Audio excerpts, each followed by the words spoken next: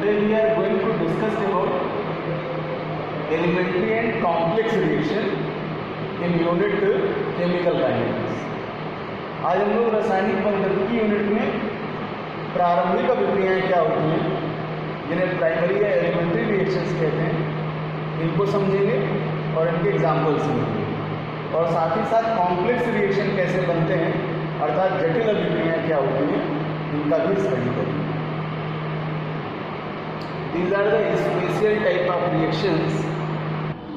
So start लेते हैं elementary reactions।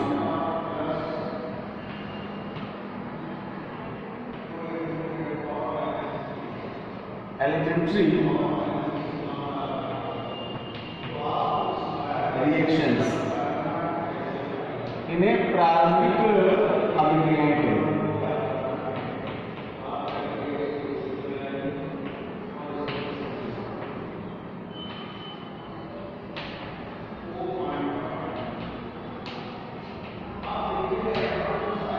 Elementary reactions या प्रारंभिक अभिक्रिया।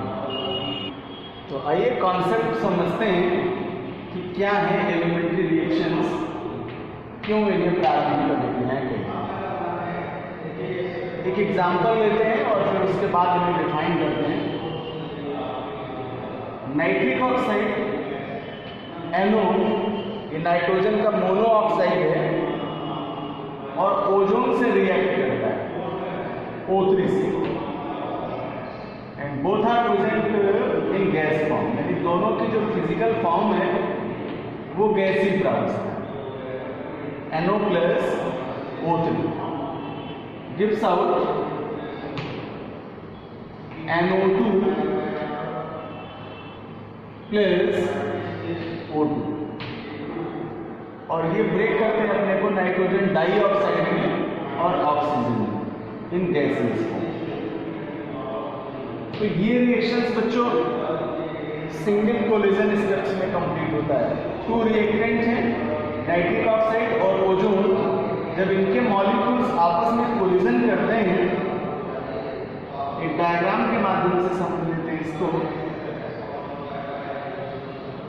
नाइट्रोजन और ऑक्सीजन मिलकर के नाइट्रिक ऑक्साइड बनाते हैं और ये कोलिजन करते हैं ओजोन के मॉलिक्यूल्स।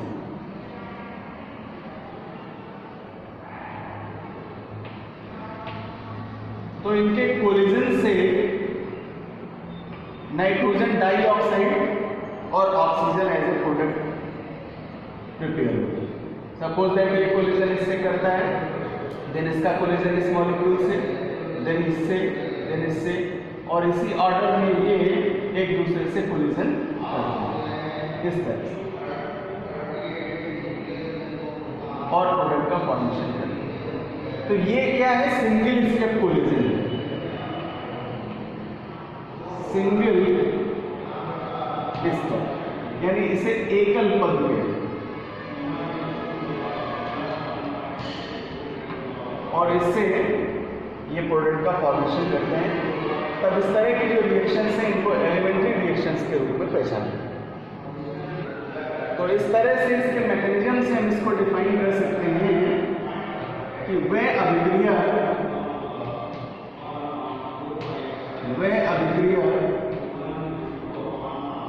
जिसमें अभिकारक अणु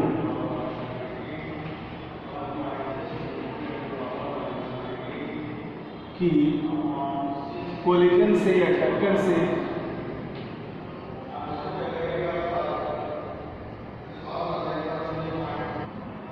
सिंगल स्टेप्स में या एकल पद में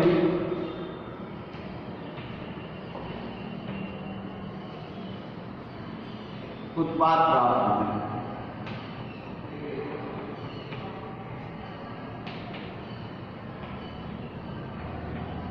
या कह सकते हैं कि अभिक्रिया पूर्ण होती है। अभिक्रिया पूर्ण होती है तो इसे एलिमेंट्री रिएक्शन या प्रारंभिक अभिक्रिया कहते हैं। प्रारंभिक अभिक्रिया कहते हैं, एलिमेंट्री रिएक्शन कहते हैं। So we define as this type of reaction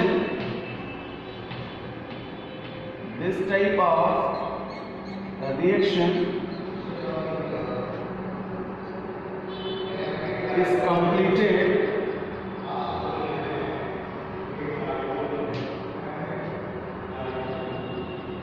of the collision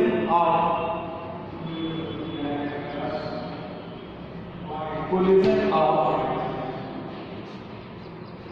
reactant in single step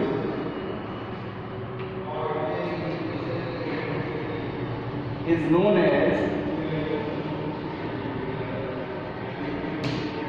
elementary reaction.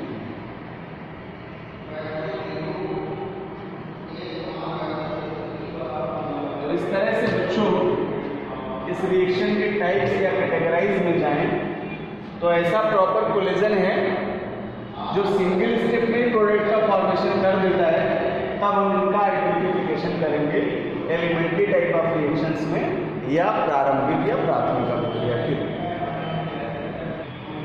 Specific characters of the elementary reactions में जाएं तो जो मॉलिक्यूल्स का नंबर है वो बेसिकली 2 और 3 तक हो सकता है, यानी इस तरह की अभिक्रियाएं हैं अधिकतम रिएक्टेंट के 2 या 3 मॉलिक्यूल्स के आपस में प्रॉपर कोलिजन द्वारा कंप्लीट होती हैं, और वो कोलिजन जितने मॉलिक्यूल्स का होगा वो उसकी मॉलिक्युलरिटी पर डिपेंड करता है। अर्थात इसी आधार पर हम किसी रिएक्शंस की मॉलिक्युलरिटी जज कर सकते हैं, उसकी आणविकता का पता लगा सकते हैं। तो अब डिस्कस कर लेते हैं इसकी सेकेंड कैटेगरी का, जिसे कॉम्प्लेक्स रिएक्शन कहते हैं, अर्थात इसे जटिल अभिक्रिया के रूप में पहचाना। तो जटिल अभिक्रियाएं या कॉम्प्लेक्स रिएक्शन, जटिल अभिक्रियाएं या कॉम्प्लेक्स रिएक्शन।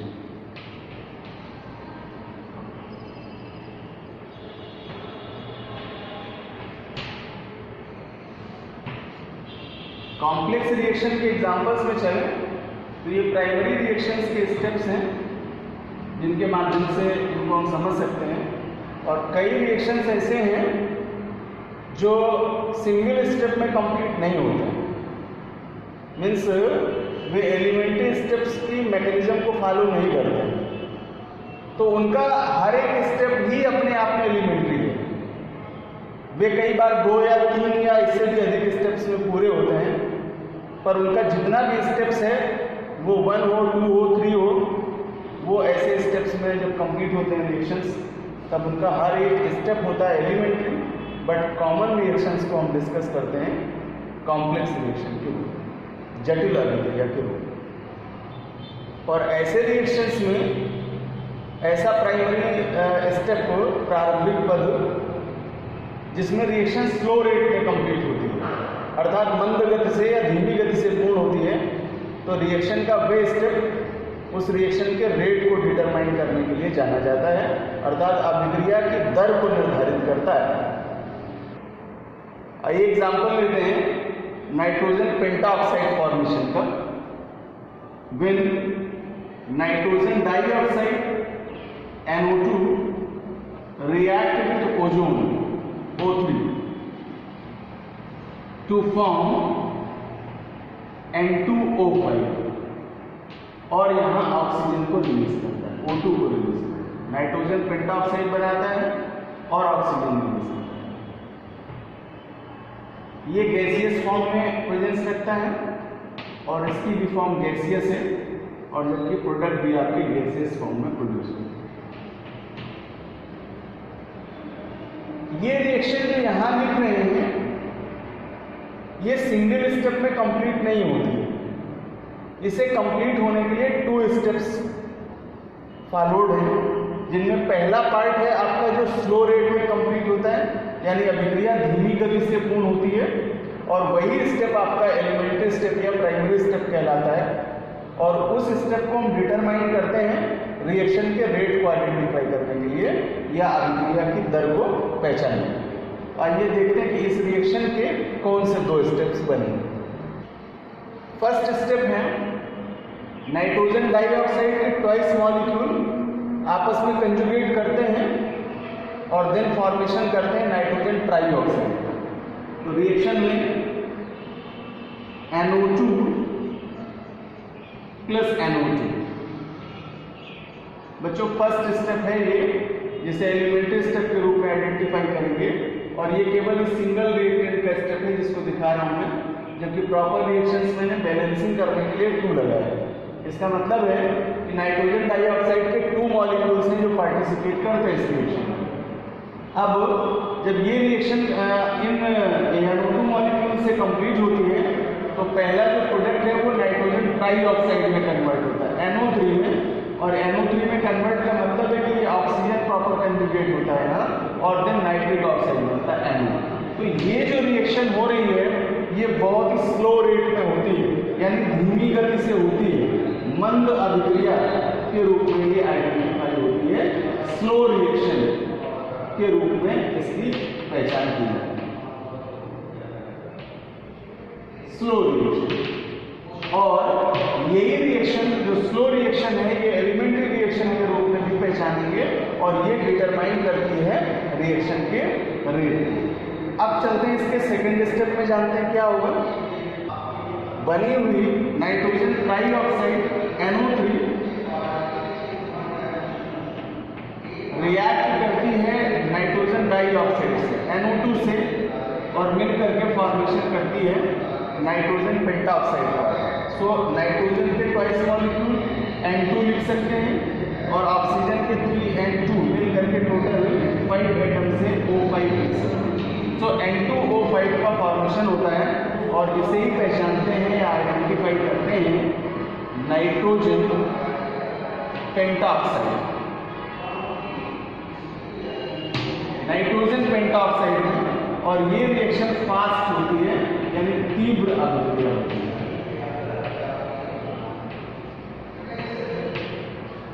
Fast reaction.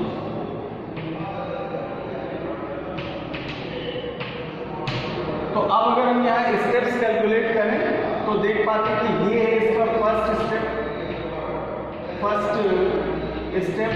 और ये है इस रिएक्शन का सेकंड स्टेप। तो प्रॉपर रिएक्शन ये अपने 2 स्टेप्स में कंप्लीट हो रही है, और इसलिए इस रिएक्शन को हम कॉम्प्लेक्स रिएक्शन के रूप में आइडेंटिफाई करते हैं, जटिल अभिक्रिया के रूप में पहचानते हैं। तो बहुत ही सिंपली हम डिफाइन कर सकते हैं कि कई रासायनिक अभिक्रियाएं ऐसी हैं जो एकल पदों में पूर्ण नहीं होती हैं, अर्थात सिंगल स्टेप्स में कंप्लीट नहीं होती हैं, वे 2, 3 या इससे अधिक स्टेप्स में कंप्लीट होती हैं, तब उनका आइडेंटिफिकेशन करते हैं कॉम्प्लेक्स या जटिल अभिक्रिया के रूप में। तो आइए डिफाइन करते हैं। वे रासायनिक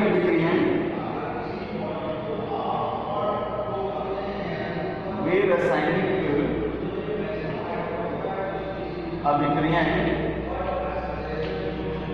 जो 2, 3 अथवा अधिक पदों में पूर्ण होती है,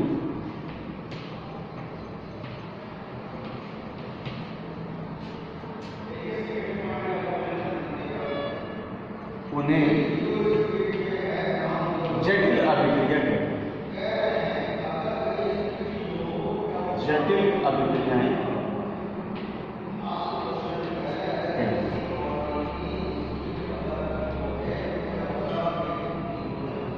कॉम्प्लेक्स रिएक्शन के रूप में इनको पहचानें। वे रासायनिक अभिक्रियाएं हैं जो 2 या 3 या इससे भी ज़्यादा स्टेप्स में कंप्लीट होती हैं, तब इन्हें हम जटिल अभिक्रियाएं कहते हैं। This type of reaction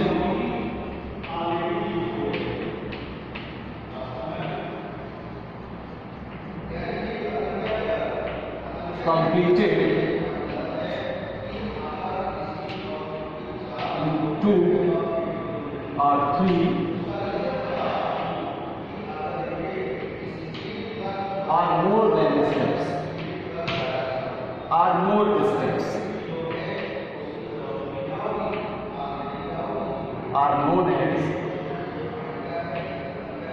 complex relation.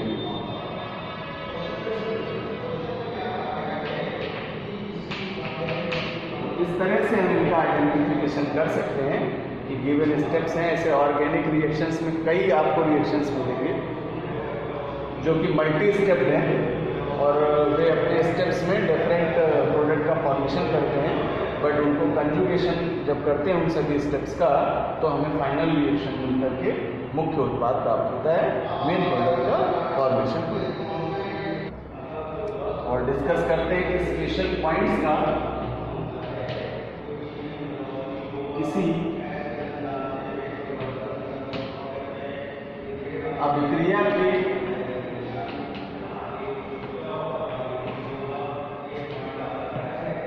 प्रारंभिक पद में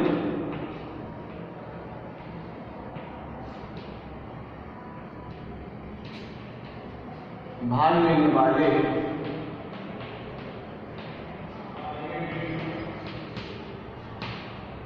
किसी अभिक्रिया के प्रारंभिक पद में भाग लेने वाले अभिकारक अणु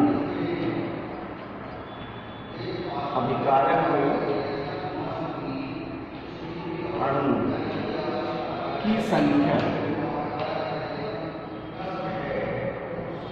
पर उसकी आणविकता का निर्धारण करता है।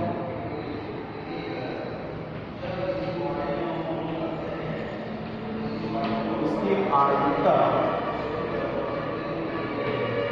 का निर्धारण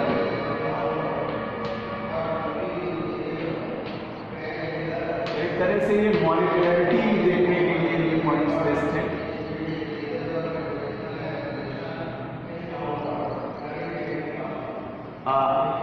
Elementary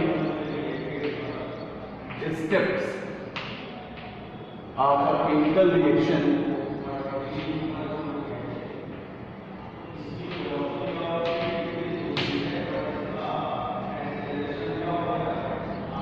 number of reactant molecules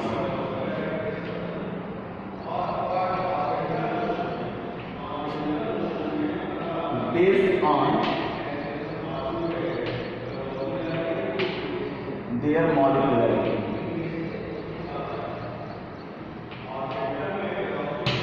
तो उस प्राइमरी या एलिमेंट्री स्टेप्स में पार्टिसिपेट करने वाले जो रिएक्टेंट सब्सटेंस हैं उनका नंबर उसकी मॉलिक्यूलरिटी पर डिपेंड करता है और इस आधार पर हम इन्हें आइडेंटिफाई कर सकते हैं या पहचान सकते हैं। सपोज दैट कोई रिएक्टेंट किसी रिएक्शन में सिंगल पार्टिसिपेट करता है, सपोज दैट ए रिएक्टेंट है और ये प्रोडक्ट का फॉर्मेशन करता है। तो अगर इस रिएक्शन में केवल सिंगल प्रोडक्ट फॉर्मेशन करता है, एक उत्पाद पार्टिसिपेट करता है, बनता है किसी एक अभिकारक से, तब इसकी मॉलिक्यूलरिटी जज करते हैं और ऐसी रिएक्शंस को कहते हैं यूनिमॉलिक्यूलर। ये रिएक्शंस कहलाती हैं यूनिमॉलिक्यूलर रिएक्शंस। एकाणुक अभिक्रियाएं कहते हैं यूनिमॉलिक्यूलर रिएक्शंस। वहीं पर जब हम सेकेंड पार्ट इसका चेक करते हैं और रिएक्शंस में रिएक्टेंट का नंबर इंक्रीज कर देते हैं। Suppose that reactant A react with other reactant B to form product। जब किसी रिएक्शन में कम से कम 2 रिएक्टेंट पार्टिसिपेट करते हैं और प्रोडक्ट का फॉर्मेशन करते हैं, तब ये ऐसी रिएक्शंस कहलाती हैं बाई मॉलिक्यूलर रिएक्शंस। इन्हें द्विअणुक अभिक्रिया कहते हैं। द्विअणुक अभिक्रिया ऐसी अभिक्रियाएं द्विअणु, और जबकि थर्ड पार्ट कम से कम 3 रिएक्टेंट जब पार्टिसिपेट करें रिएक्शन में, बी हो या अदर कोई रिएक्टेंट सी ले सकते हैं, तो अगर कम से कम 3 रिएक्टेंट मॉलिक्यूल्स पार्टिसिपेट करें और ये प्रोडक्ट का फॉर्मेशन करें, तो ऐसे रिएक्शंस कहलाते हैं ट्राई मॉलिक्यूल। ट्राई मॉलिक्यूल इन्हें 3 आणविक कहते हैं। 3 आणविक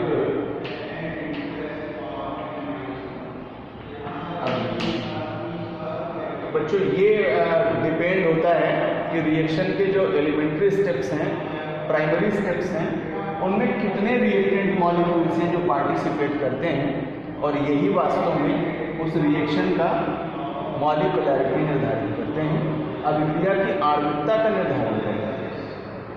तो हम आइडेंटिफाई कर पाए यहाँ से या कंपेयर कर पाए एलिमेंट्री रिएक्शंस का कॉम्प्लेक्स रिएक्शंस। एलिमेंट्री रिएक्शंस वे हैं जो सिंगल स्टेप्स में कंप्लीट हो जाते हैं, और जो कॉम्प्लेक्स रिएक्शंस हैं वे 2 और 3 और मोर देन स्टेप्स में कंप्लीट होते हैं, लेकिन उनका हर एक स्टेप, वो चाहे 2 हो, चाहे 3 हो, चाहे 4 हो, लेकिन जितने भी स्टेप्स हैं उनका प्रत्येक स्टेप अपने आप में एलिमेंट्री स्टेप कहलाता है, यानी प्रारंभिक पद कहलाता है। तो हम जो मॉलिक्यूलैरिटी देखते हैं वो इस प्राइमरी स्टेप्स में ही देख लेते हैं, यानी एलिमेंट्री स्टेप्स में ही जज कर लेते हैं, और उसी आधार पर उनकी मॉलिक्यूलैरिटी फाइंड आउट करते हैं। तो बच्चों, यहाँ से हम लोगों ने इस केमिकल काइनेटिक्स यूनिट के कंटेंट कंप्लीट कर लिए हैं, और चैप्टर का एक बार रिव्यू ले लें, एक बार इस चैप्टर की समरी ले लें।